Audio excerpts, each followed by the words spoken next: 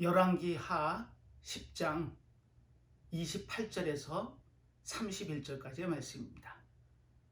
오늘 말씀의 제목은 전심으로입니다. 한 해가 시작되고 이제 두 번째 주일 예배를 드립니다. 시작을 잘 해야 마무리도 좋듯이 우리는 이 주일 예배를 통해 하나님이 주신 은혜의 말씀을 듣고 깨달아 하나님이 기뻐하시는 삶 가운데 나가 올해 2021년이 복되고 귀한 한 해가 될 수 있도록 우리의 귀한 영의 양식이 됐으면 하는 바람 간절합니다. 우리는 지난 시간에 창세기 14장의 말씀을 통해 11조에 대한 말씀을 보고 들었습니다. 지난 시간에 말씀의 제목은 믿음의 고백이었죠. 우리는 11조라는 의미가 나의 수입의 10분의 1을 하나님께 드린다, 이 의미보다는 우리가 드리는 그 예물을 통해 우리의 믿음이 고백되어짐을 보고 들었습니다. 성경에서 처음으로 11조의 의미가 등장을 하죠. 아브라함을 통해서입니다. 아브라함은 우리가 알듯이 믿음의 조상이라고 하죠. 과연 이 아브라함이 어떤 믿음으로 10의 1을 멜기세덱에게 드렸던가요? 롯이 자신이 보기에 여호와의 동산 같고 애굽 땅과 같은 소돔 땅에 가서 정착을 합니다. 하지만 그 소돔 땅에서 정착하고 잘 사는가 싶었는데 요단강 동편의 4개국과 이 가나안 땅 5개국에 큰 전쟁이 이루어집니다. 그돌라오멜에게 12년 동안 조공을 바쳤던 이 가나안의 5개 부족 국가가 13년째 되는 해에 조공을 바치지 않죠. 그래서 요단강 동편에 있던 4개국이 연합을 해서 가나안 땅을 침공합니다. 그 전쟁 한복판에 롯이 놓이게 되죠. 자신이 보기에는 굉장히 좋은 땅이었습니다. 기름지고 또 축복이 넘치는 땅 같았죠. 하지만 그 기쁨도 잠시 전쟁의 화마에 휩싸이고 자신은 물론 가족까지 포로가 되고 있는 재산은 전부 빼앗깁니다. 이처럼 우리의 삶이 세상이 보기 좋은 삶이 아니고 하나님이 기뻐 받으시는 삶이 아니라면 그 삶의 끝은 우리는 성경을 찾지 않아도 신뢰를 통해 확인할 수 있습니다. 롯이 포로로 끌려갔다는 소리를 듣고 아브라함은 자신의 가신 318명을 이끌고 그 4개국 연합에 기습을 가하죠. 그리고 그 전쟁에서 하나님이 아브라함의 손에 그 4개 부족을 붙이심에 따라 그들을 물리치고 롯 이하 모든 가족과 재물을 찾아갖고 옵니다. 그 환영 인파에 소돔왕이 있었고 살렘왕인 멜기세덱이 있었죠. 이 의미는 상당히 깊습니다. 아브라함은 멜기세덱에게 자신이 가진 전리품의 10의 1을 드립니다. 하지만 그 11조가 재물의 10분의 1이 아니라 담겨진 의미가 크다고 말씀을 드렸습니다. 3가지로 드렸죠. 그 첫 번째는 자신이 축복받은 존재라는 감사의 믿음의 고백을 드리는 것이 11조의 의미였습니다. 우리가 잘못 오해하면 10의 1을 드림으로 해서 우리가 복받은 자의 삶으로 들어갈 거라는 의미로 예물을 드리는 것이 아니라 이미 받은 복이 너무 크고 감사해서 그 감사의 고백을 담아 드리는 것이 10의 1의 의미였던 겁니다. 두 번째는 내가 이룬 모든 것이 하나님의 성취임을 고백을 했습니다. 하나님이 모든 것을 하셨다는 고백이었죠. 즉, 성취에 담겨져 있는 하나님의 그 놀라운 역사를 기억하고 그 역사에 대한 감사로 드리는 믿음의 고백이 10의 1이었던 겁니다. 그리고 마지막으로 3번째가 그 하나님의 놀라운 사랑을 깨닫고 그 사랑의 의미는 하나님께서 먼저 전부를 주신 겁니다. 히브리인들은 1이라는 숫자의 대표성을 띠죠. 그래서 1을 드렸다라는 건 전부를 드렸다라는 의미입니다. 즉 10의 1을 드렸다라는 의미는 하나님이 주신 그 사랑이 너무 감사해서 자신의 모든 것을 드리겠습니다라는 고백이 10의 1의 의미였던 겁니다. 물론 물질적으로는 10분의 1을 드리지만 그 10분의 1의 의미에는 나의 전부를 드리겠습니다라는 고백이 담겨 있다는 거죠. 즉 우리는 열의 아홉도 우리 것이 아니고 전부 하나님이 주인이심을 고백하고 하나님이 기뻐하신 가운데 그 물질이 쓰여지고 그 삶이 모든 것을 하나님께 향하겠다는 고백이 10의 1의 고백이었던 겁니다. 우리는 한 해를 시작하면서 10의 1로 드렸습니다. 그 의미는 10의 10을 드리자는 의미였습니다. 우리의 삶 전체를 하나님께 내어드리고 그 내어드린 삶이 오직 하나님을 향하는 그와 같은 삶을 사는 고백이 10의 1의 고백이었던 겁니다. 올 한 해 시작하면서 우리는 전부를 드리겠다는 하나님께 한 약속을 기억해야 됩니다. 그리고 오늘 본문은 열왕기하 10장에서 보고 있습니다. 자, 오늘 본문의 시작은 어떻게 되는지 한 절 읽고 그 담긴 의미를 찾아보도록 하겠습니다. 오늘 본문은 이렇게 시작하죠. 28절입니다. 예후가 이와 같이 이스라엘 중에서 바알을 멸하였으나, 이렇게 본문이 시작하고 있습니다. 우리가 인생을 사는 데 있어서 성공하는 비결이 흔히들 이렇게 얘기하더라고요. 인생에 성공하기 위해서는 세 가지가 필요하다. 첫 번째, 초심. 두 번째, 열심. 세 번째, 뒷심. 이 의미는 이렇습니다. 초심은 한번 일을 이루어 가기 위해서 시작하는 마음이죠. 그리고 열심은 그 초심을 밑바탕으로 모든 것을 몰두하고 열중해서 그 일을 이루어내는 게 열심입니다. 그리고 뒷심이 있죠. 뒷심은 그 처음 마음, 초심을 끝까지 유지해서 마지막까지 이루어내는 과정이 뒷심이었습니다. 그렇다면 이 세 가지 중에 가장 중요한 건 초심이죠.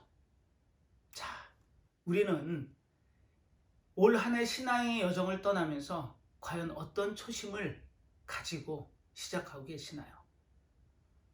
인생을 시작하는 데 있어서 성공하는 비결 중에 이 세 가지를 예로 들었는데요. 초심, 열심, 뒷심.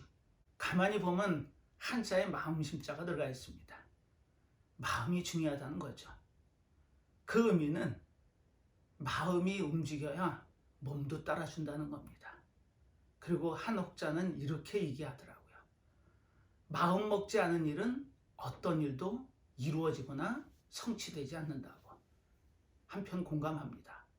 우리는 믿음의 여정을 살면서 이제 한 해의 시작점이 있습니다. 과연 우리는 이 믿음의 여정에서 어떤 마음을 가지고 살려고 하시나요? 오늘 그 믿음의 여정에서 차지하는 마음의 의미가 무엇이고 그 마음이 어디로 향해야 되며 또 그 지향점이 어디 있는지를 찾아보려고 합니다. 오늘 말씀의 제목은 전심으로입니다. 이 전심의 의미는 열심하고는 조금 차원이 다릅니다. 오늘 본문을 통해서 전심이라는 의미가 무엇인지 깨닫고 나는 열심으로 살고 있는데라는 생각이 드신다면 전심으로 바꾸십시오. 하나님께서 원하시는 길입니다. 31절에는 이렇게 시작하고 있죠. 그러나 예후가 전심으로 이스라엘 하나님 여호와의 율법을 지켜 행하지 아니하며, 이처럼 하나님께서는 전심으로 하기를 원했는데 예후의 고백이라면 열심으로입니다. 오늘 이 내용을 한번 찾아보고 과연 이 열심의 의미가 무엇이고 전심의 의미가 무엇인지를 찾아본다면 그 의미를 우리는 확실히 알게 될 겁니다. 미국의 목회자인 레리 오스본이 쓴 책이 있습니다. 그 책의 제목은 당신의 열심이 위험한 이유입니다. 그리고 부제가 이렇게 달려있죠. 현대의 바리새인 신앙에 대한 경고. 열심으로 신앙생활 하는데 그게 바리새인이랍니다. 그리고 한 단어가 등장을 하는데요. 우연한 바리새인입니다. 자, 이 의미가 뭘까요? 우리는 신앙생활을 하면서 열심으로 한다고 하죠.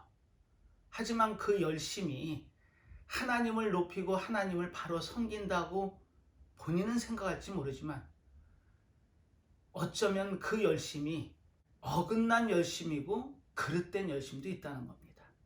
즉, 우연한 바리새인. 현대 신앙생활을 하면서 오직 자신들의 신앙이 옳고 자신들의 열심이 옳다라고 하지만 그 옳다라는 열심이 어긋난 열심, 잘못된 열심일 수도 있다는 겁니다. 지금 오늘 이제 본문을 통해서 그 열심이 무엇이고 또 하나님이 원하시는 전심이 무엇인지를 찾아보겠습니다. 오늘 이 말씀의 배경은 이렇습니다. 예후가 등장을 하죠. 예후는 북이스라엘의 10대 왕입니다. 10번째 왕이죠. 이 예후를 엘리사를 통해 하나님이 부르십니다. 엘리사에게 하나님이 명령을 내리시죠. 너희 선지생도 중에 한 명을 길앗 라못에 있는 군대 장관인 예후에게 보내랍니다. 엘리사는 그 의미를 듣죠. 그 예후에게 기름을 붓고 이스라엘의 왕으로 세우시겠다는 이야기를 듣습니다. 그래서 한 선지생도를 예후에게 보내죠. 그 장소는 길앗 라못이었습니다. 이 길앗 라못은 어디냐면 요단강 동편 지역입니다. 이스라엘 백성들이 출애굽을 하고 이 길앗 지방을 점령을 하죠. 바로 모압 암몬 땅이었습니다. 그리고 루벤 지파와 갓 지파 그리고 므낫세 반 지파가 찾아와서 모세에게 이렇게 부탁을 합니다. 자신들은 이 땅이 좋으니 가나안에 가지 않겠다고. 그래서 정착한 땅이 길앗 지방입니다. 거기에 가장 중심 도시가 길앗 라못이었죠. 지금 이 역사적인 배경을 보면 북이스라엘과 아람이 지속적으로 분쟁을 했던 지역이 바로 이 요단강 동편 지역이었습니다. 이 길앗 라못에 주둔하고 있는 군대 장관인 예후를 선지생도를 통해서 찾아가게 하죠. 그리고 예후를 만납니다. 그리고 골방에 들어가 예후에게 하나님의 말씀을 전하죠. 당신에게 기름을 붓고 북이스라엘의 왕으로 하나님이 세우셨다는 전언을 통해 기름을 붓습니다. 그런데 내용을 안다면 조금 이례적입니다. 아합 왕의 통치가 끝나고 그 아합 왕 이후에 아들 요람이 북이스라엘의 9대 왕이었죠. 예후는 전혀 왕가의 집안이 아니었습니다. 그냥 한낱 군대 장관에 불과했죠. 그런데 웬일인지 하나님은 예후를 택하셔서 기름을 붓습니다. 그리고 놀라운 명령을 하나님께서 내리죠. 그 대목을 찾아보겠습니다. 내용은 열왕기하 9장. 너는 내 주 아합의 집을 치라. 내가 나의 종 곧 선지자들의 피와 여호와의 종들의 피를 이세벨에게 갚아주리라. 이렇게 기록이 되어 있습니다.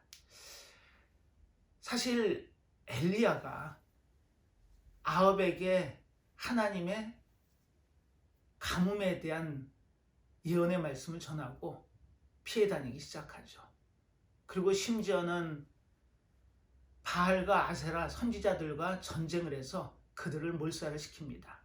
하지만 이세벨에 의해서 거의 쫓겨나다시피 로뎀나무 아래에서 자신의 목숨이 걷어가지길 원하는 고백을 하죠. 그때 하나님께서 엘리야에게 하신 예언이 있습니다.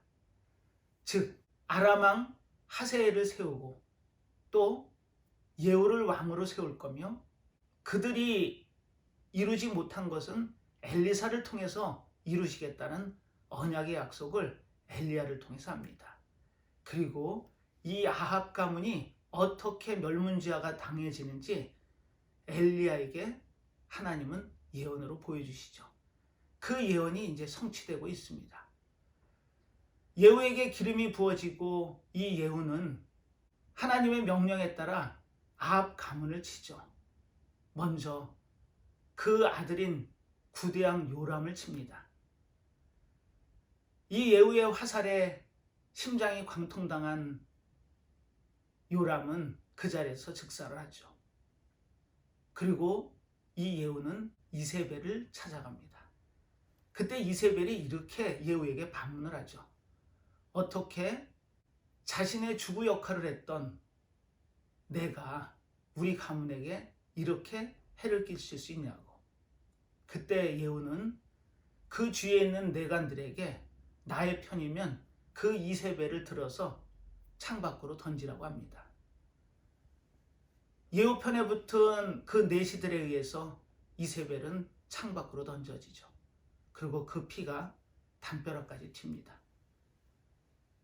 이 모든 것이 엘리야를 통해서 하나님이 예언한 대로 이루어지고 있었죠.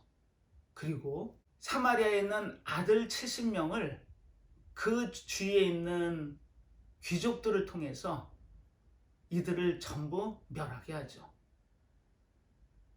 그 70명이 전부 목이 잘려서 예후 앞에 보내집니다. 그리고 또 하나가 남았죠. 바로 바알 신앙입니다. 사실 이세벨은 시돈의 엣바알의 딸이었죠. 이 엣바알은 시돈 지방의 왕이면서 제사장이었습니다. 그리고 바알을 섬겼죠. 이처럼 아합 왕가는 시돈 두로를 중심으로 한 페니키아인들하고 친분이 있었습니다. 예후는 그것을 끊기 위해 바알 신전을 비롯해서 바알 목상들을 불에 태우죠. 자, 이쯤 되면은 예후가 칭찬을 들을 만합니다. 그게 왜일까요? 그 이유는 간단합니다. 사실 예후는 정치적인 기반이 전혀 없었던 인물이었죠. 군대 장관이었습니다. 하지만 엘리사가 보낸 선지 생도에 의해서 기름이 부어지고 북이스라엘의 왕이 됩니다. 자, 이 과정이 쉬운 과정은 아니죠. 아마 목숨을 걸었음이 틀림이 없습니다. 자, 이런 상황에서 예후가 이런 고백을 하죠. 열심이었다고.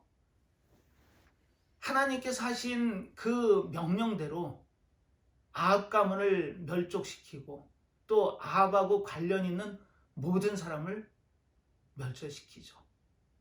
그리고 바알 신앙을 회파합니다. 자, 이쯤 되면 열심히 맞습니다. 그래서 하나님은 본문에서 이런 칭찬을 하고 계셨는지 모르겠습니다. 30절입니다. 여호와께서 예후에게 이르시되 내가 나보기에 정직한 일을 행하되 잘 행하여 내 마음에 있는 대로 아합 집에 다 행하였은즉 내 자손이 이스라엘 왕위를 이어 4대를 지나리라 하시니라. 여기까지는 좋습니다. 예후는 자신이 받은 하나님으로부터의 명령을 목숨을 걸고 열심으로 행하고 있었죠. 그 단면을 본문에다 남깁니다. 열왕기하 10장 16절입니다.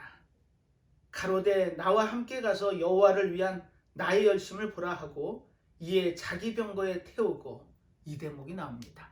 이 대목의 배경은 이렇습니다. 예후가 정치적으로 전혀 근거가 없고 기반도 없는 상태에서 아합 가문을 멸하기 시작합니다. 아마 그 일은 자신의 목숨을 걸지 않는다면 실행하기 힘든 일이었을 겁니다. 하나님의 명령대로 이 아합 가문을 치죠. 요람을 죽이고 이세벨을 죽입니다. 그리고 아합의 70인 아들까지 죽이죠. 그리고 아합과 관련 있는 모든 이들을 멸합니다. 자, 이쯤 되면 목숨 걸고 열심을 하는 게 맞습니다. 그런데 그 대상이 누구였냐면 여호나답이었습니다. 여호나답이 누군가요? 바로 레갑의 아들이었죠.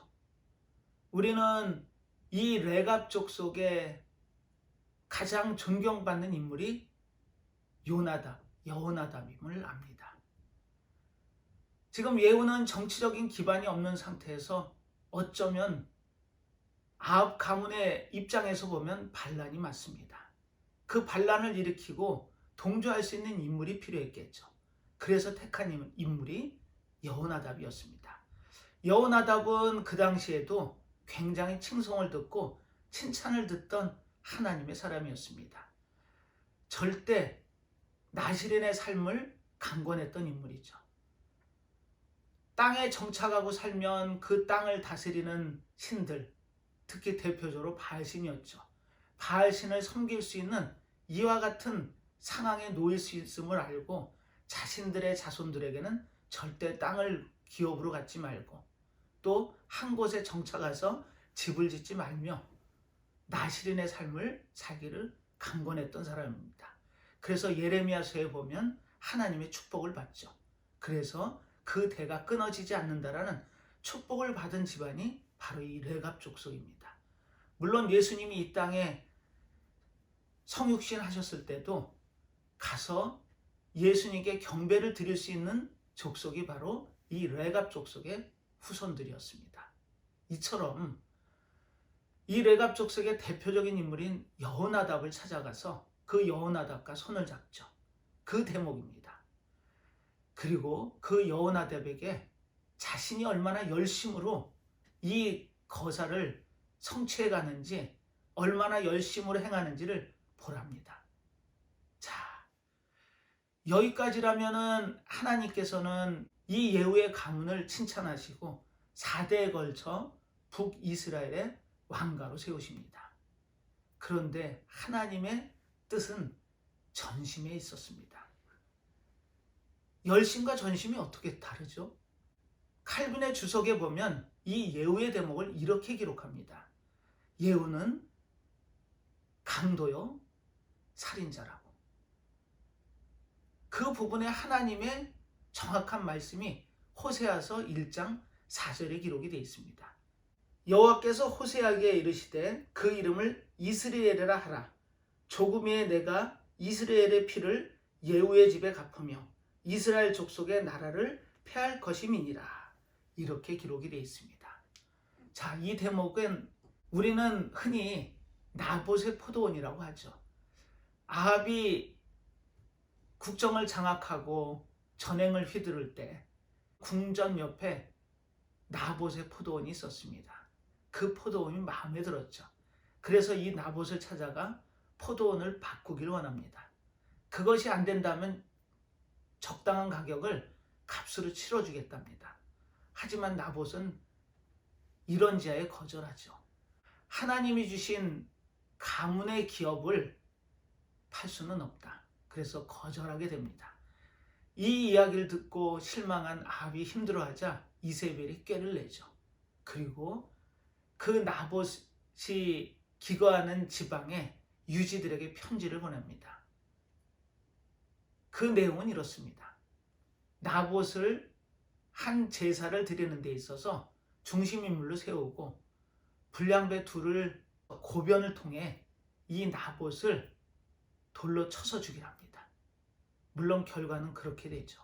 예식을 진행하고 있는데 불량배 2명이 나타나 고변을 합니다. 하나님을 욕하고 왕을 욕했다고. 그래서 사람들에게 끌려나가 돌에 맞아 죽죠. 지금 이 내용을 하나님은 책망하고 계셨던 겁니다. 이처럼 이스라엘에 있었던 한 맺힌 피들이 이 지역을 뒤덮고 있는데 예후는 하나님의 말씀대로 따르지 않았던 겁니다. 그 이유가 뭘까요? 우리는 그 이유를 찾아보겠습니다. 본문 31절에 보면 그러나 예후가 전심으로 이스라엘 하나님 여호와의 율법을 지켜 행하지 아니하며 여로보암이 이스라엘로 범하게 한 그 죄에서 떠나지 아니하였더라.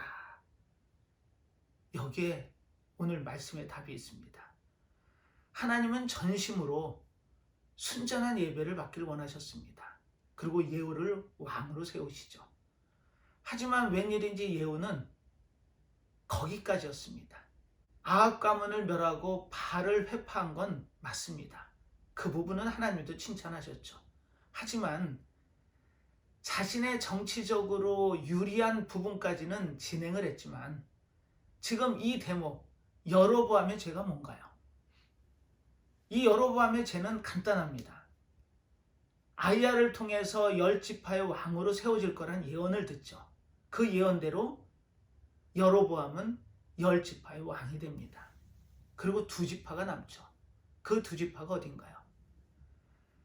하나님이 세우시겠다는 왕가의 지파가 유다 지파죠. 그리고 하나님의 성전이 있는 예루살렘이 베냐민 지파의 땅입니다.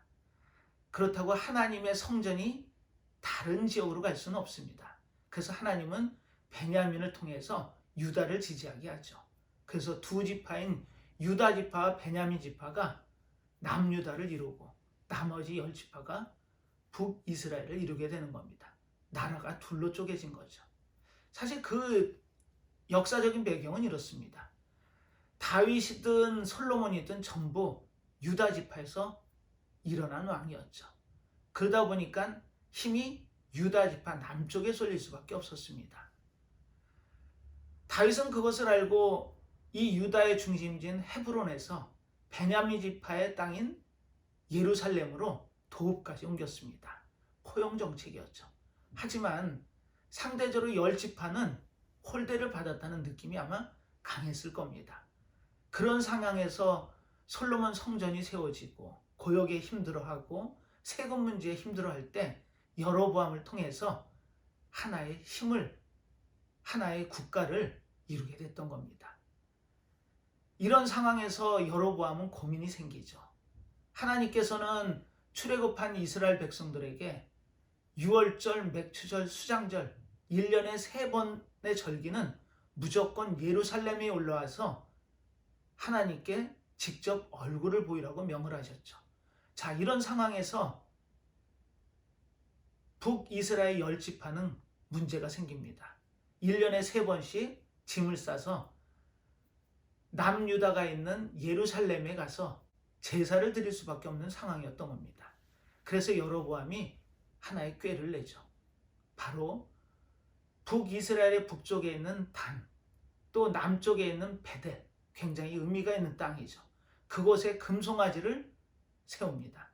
그리고 너희들이 믿는 하나님이 여기 있으니 굳이 예루살렘으로 갈 필요가 없답니다. 그래서 베델과 단에서 제사가 이루어지죠. 이 죄를 지금 하나님은 책망하고 계셨던 겁니다. 여로보암 때부터 시작한 이 금송아지를 섬기는 이와 같은 상황들이 예후 때까지 지속됐지만 하나님은 이조차도 예후를 통해서 회파하기를 원하셨던 거죠. 순전한 예배를 받기를 원하셨던 겁니다. 하지만 예후는 생각이 달랐죠. 이제 본인의 생각이 들어갑니다. 전심은 본심입니다. 그런데 예후는 욕심으로 자신의 열심을 포장하죠. 이 차이가 있었던 겁니다. 우리는 믿음의 신앙 여정을 가면서 하나님을 바라보는 본심, 그 본심으로 전심을 다할지 아니면 나의 개인적인 욕심을 가지고 그 욕심을 덮기 위해 열심으로 포장할지 그 선택은 우리들의 몫이 될 겁니다. 예후는 자신의 욕심을 덮기 위해 열심으로 포장하고 있었던 거죠. 요나답에게 이렇게 얘기합니다. 내가 이 한 열심을 봐달라고 인정받기를 원했던 거죠. 하지만 하나님은 전심이 아니랍니다. 그리고 오늘 본문의 이 짧은 4절의 본문에서 2번 같은 말을 하시죠. 바로 앞절입니다. 29절에 보면 이스라엘로 범죄케 한 느밧의 아들 여로보암의 죄, 곧 베델과 단에 있는 금송아지를 섬기는 죄에서는 떠나지 아니하였더라. 이렇게 기록이 되어 있습니다. 이 짧은 본문에서 똑같은 말씀을 2번씩 하시죠. 그 이유는 중요하다는 겁니다. 하나님이 왜 예후를 열심으로 한 예후를 책망하셨는지, 또 그 열심에 대한 보답으로 4대에 걸쳐 북이스라엘 왕가로 세우시지만 바로 예후 왕가입니다. 그런데 책망을 하고 계셨던 거죠.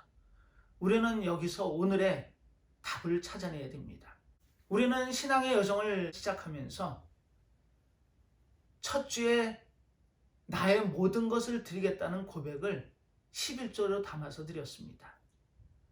하나님께 모든 것을 내어드리겠다는 약속이 10의 1의 의미라고 말씀을 드렸습니다. 자, 전부를 드려야 되는데 일부만 드릴 수 있을까요? 지금 예후가 그랬습니다. 예후는 자신의 정치적인 기반을 다지는 데 있어서 필요한 것은 과감하게 진행합니다. 하지만 10지파의 이스라엘 백성들이 섬기는 하나님, 금송아지까지는 손을 대기가 싫었던 거죠. 만약에 금송아지까지 손을 댄다면 어쩌면 이스라엘 백성들의 반감이 있을 수도 있고, 또 예루살렘으로 내려가 하나님께 예배를 한다는 명분으로 남유다를 중심으로 뭉칠 수도 있는 그와 같은 상황이었던 겁니다. 자, 그렇다면 우리의 본심은 어디 있나요? 우리는 하나님을 섬긴다 하면서 과연 그 하나님에 향한 우리의 본심이 어디 있는지를 우리는 새해를 시작하면서 그 위치를 설정해야 됩니다. 우리의 본심은 어디에 두고 계시나요? 사실 본심 그러니까 중요한 단어가 하나 생각나네요. 바로 회심입니다. 이 회심의 의미가 뭐였죠? 우리는 구원, 또 복음, 중생, 영생, 이 모든 내용들이 회심하고 연결이 됩니다. 그 이유가 왜 그렇죠? 이 회심이라는 건 돌이킬 회자죠. 돌이킨 마음입니다. 마음이 중요하다고 말씀을 드렸는데 그 마음이 우리는 어디를 향해야 되나요? 그 회심이라는 의미는 간단합니다. 창세기에 사단이 유혹했던 근거가 뭐였죠? 마음이었습니다. 하나님을 향한 그 마음을 나에게로 돌리랍니다. 그 지식나무, knowledge tree의 열매를 먹으면 세상을 보는 눈이 열리고 눈이 밝아져서 하나님같이 된답니다. 그러면 굳이 하나님 섬길 필요 없다는 거죠. 내가 하나님이 되면 된답니다. 우리는 그 본심이 어디로 향하는지를 한번 되새겨봐야 됩니다. 과연 그 본심이 하나님만 향하는지 아니면 일부는 남겨서 나에게 향하고 있는지. 하나님께서는 나를 섬기되 전심으로 섬기랍니다. 하지만 예후는 하나님을 섬기되 열심으로 섬기겠답니다. 그 차이는 오늘 본문을 통해서 찾아봤습니다. 그리고 책망을 받죠. 예후가 4대로 그 왕가가 끝날 수밖에 없었던 건 하나님께서 그 예후를 징치하신 겁니다. 우리의 삶은 과연 본심이 어디를 향하고 또 회심은 의미가 무엇인지 그 의미를 찾아본다면 우리는 우리의 마음이 어디를 향해야 되는지를 정확히 알 수 있습니다. 캐나다의 바이블 컬리지의 고든 스미스 박사가 쓴 온전한 회심이라는 책이 있습니다. 그 책의 내용을 보면 회심의 의미가 정확히 기록이 되어 있죠. 이 회심이라는 건 세상을 향하고 나를 향했던 마음이 완전히 돌이켜져서 하나님을 향하게 되는 겁니다. 그리고 중요한 게 하나 남았죠. 그 중요한 건 다름이 아니라 이 회심을 통해서 추구하는 목표가 분명하다는 겁니다. 그 목표가 무엇일까요? 바로 삶의 변화였습니다. 삶이 변화되지 않는 회심은 언제든지 되돌아갈 수 있다는 겁니다. 지금 하나님께서는 전심으로 나를 섬기는 나의 백성을 찾고 계시죠. 그렇다면 나는 온전한 회심을 통해 세상을 향했던 나의 마음, 또 나를 향한 그 마음이 온전하게 하나님께 향하는지를 우리는 반문해 볼 필요가 있습니다. 과연 여러분은 회심을 통해 온전하게 하나님을 향하고 계시나요? 그리고 또 하나, 이 회심을 통해 나의 삶이 바뀌어가고 계시나요? 우리는 그걸 거룩한 성화라고 하죠. 회심이 됐으면 우리는 삶이 바뀌어야 되고 그 삶은 하나님이 기뻐하신 성화의 삶으로 들어가야 되는 겁니다. 그런데 우리는 열심이라는 명목으로 내 욕심을 포장을 하고 하나님을 섬긴다 하지만 그 열심 가운데 나의 것을 남겨두기 시작하죠. 새해를 시작하면서 우리는 전심으로 하나님을 섬기자는 말씀을 듣고 있습니다. 그 차이를 오늘 분명히 깨달으시기 바랍니다. 열심과 전심은 다르다는 것을. 우연한 바리새인처럼 나의 열심을 통해 하나님을 섬긴다 하지만 그 섬김이 어긋나고 잘못된 열심도 분명히 있다는 겁니다.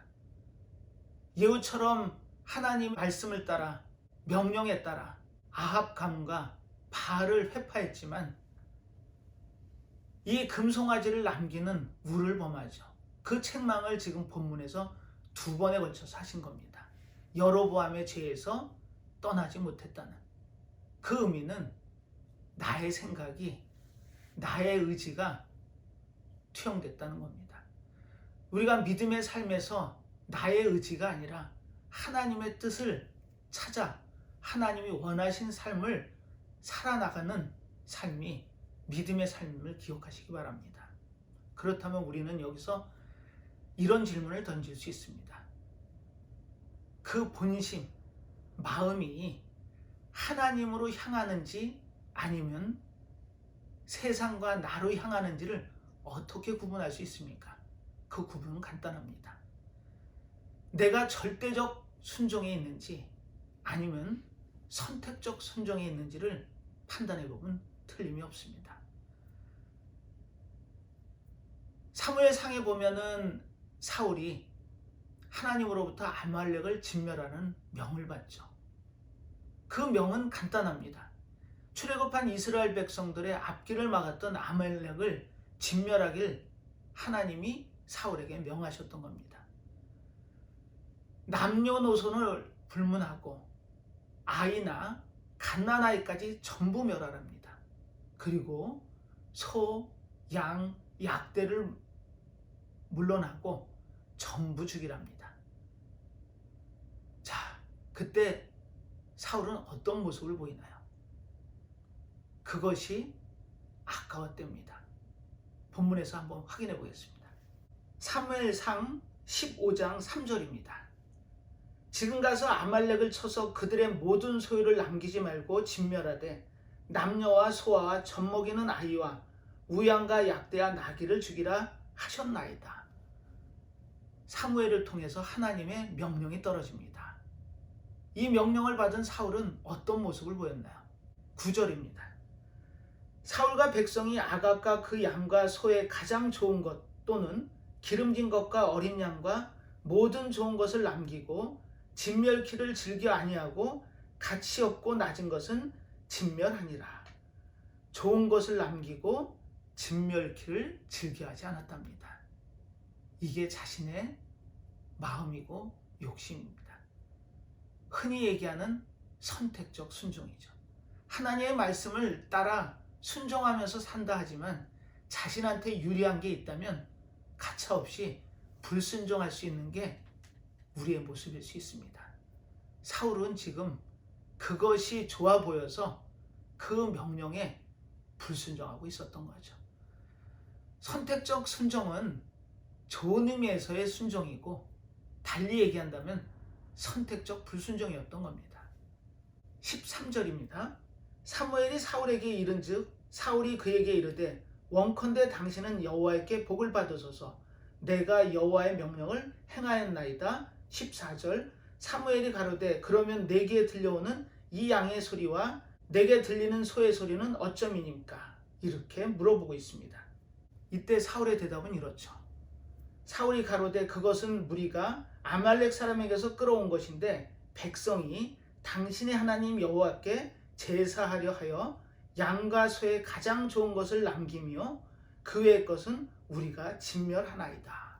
이렇게 자신의 행동을 합리화하고 있죠. 우리는 오늘 새 두 번째 주일 예배를 통해 하나님의 전심으로라는 말씀을 듣고 있습니다. 하나님께서는 이 땅의 삶 가운데 나의 백성들이 온전한 본심, 본 마음이죠. 마음을 다해서 전심으로 하나님을 섬기기를 원하셨습니다. 그리고 그것은 절대적 순종이라는 모습으로 나타나게 되죠. 하지만 지금 본문에서 예후는 선택적 순종을 합니다. 그리고 그것을 열심으로 포장하고 있죠. 이것이 믿음의 모습이어서는 안 된다는 것이 오늘 하나님의 말씀이었습니다. 예후는 자신에게 유리한 것은 하나님께 순종으로 답을 하죠. 그리고서 그것을 열심으로 포장합니다. 하지만 그 이면에는 불순종도 있었다는 겁니다. 오늘 이 말씀을 통해 우리는 과연 어떤 삶을 살아야 될까요? 그리고 그 본심, 마음은 어디에 둬야 될까요? 이 마음이란 단어는 지정의를 나타냅니다. 즉, 지성, 감정, 의지. 우리가 옳다고 하는 것을 지성이 깨닫고 또 그것을 갈망하는 것이 감정이죠. 그리고 그쪽을 향해 나아가는 힘이 의지의 힘입니다. 우리는 오늘 이 말씀을 통해 나의 본심, 마음은 어디에 둬야 되고 또한 하나님이 기뻐하시는 전심이라는 의미가 무엇인지를 오늘 말씀을 통해 찾아봤습니다. 사랑하는 믿음의 성도 여러분, 우리의 새해를 시작하는 이 믿음의 여정에서 11조를 통해 나의 모든 것을 드리겠습니다라는 고백을 했고 하나님께서 바라시는 전심으로의 삶은 우리의 마음이 온전하게 본심이 하나님께 향하는 것입니다. 그리고 우리의 모습은 절대적인 순종으로 나오죠. 이 땅의 삶이 어렵고 힘들 수 있죠. 그리고 많은 문제들이 우리 앞을 막아설 수 있습니다. 그럴 때마다 우리는 나의 욕심으로 그걸 열심으로 포장하시겠습니까? 아니면 본심으로 전심으로 나아가시겠습니까? 그 선택은 우리의 몫일 수 있습니다. 하지만 하나님이 기뻐 받으시는 삶은 전심으로의 삶입니다. 우리가 작년 한 해 동안 어렵고 힘든 여건에서 살았습니다. 그건 너도 나도 구분 없이 모든 이들이 다 힘든 삶을 살았죠. 하지만 올 한 해도 시작하면서 들리는 소식들이 넉넉하지 않은 소식일 수도 있습니다. 하지만 우리의 회심은 온전한 회심이 되어야 되고 우리의 향하는 그 마음은 오직 하나님께로 향하는 겁니다. 그리고 우리의 온전한 본심이 전심으로 하나님께 향한다면 하나님은 우리의 삶을 넉넉히 책임지심을 믿습니다. 그 믿음을 가지고 한 해의 삶, 이 믿음의 삶에서 승리의 삶을 사는 귀한 믿음의 백성들 다 되시기를 축원하면서 오늘 말씀을 마치도록 하겠습니다. 기도하겠습니다. 하나님 아버지, 오늘도 말씀을 통해 저희들에게 귀한 은혜를 주십니다. 우리의 삶이 여유롭지 않고 힘들 수 있는 과정이 있을 수 있지만 하나님께서는 전심으로 섬기길 원하십니다. 우리의 마음이 딴 곳에 빼앗기지 않고 우리의 욕심이 열심으로 포장되지 않고 오직 우리의 모든 마음이 하나님께 향하고 전심으로 하나님을 섬기길 원합니다. 저희들의 상황과 형편이 넉넉치 않지만 그 모든 것을 넉넉함으로 채우시고 또한 우리에게 힘주셔서 전심으로 하나님만 바라보고 나아가는 귀한 삶을 사는 저희들로 세워주실 줄 믿습니다. 항상 모든 것이 하나님의 손안에 있고 하나님이 천지의 주제이심을 고백해야 하심을 감사드리며 모든 말씀 예수님의 이름으로 기도드리옵나이다. 아멘.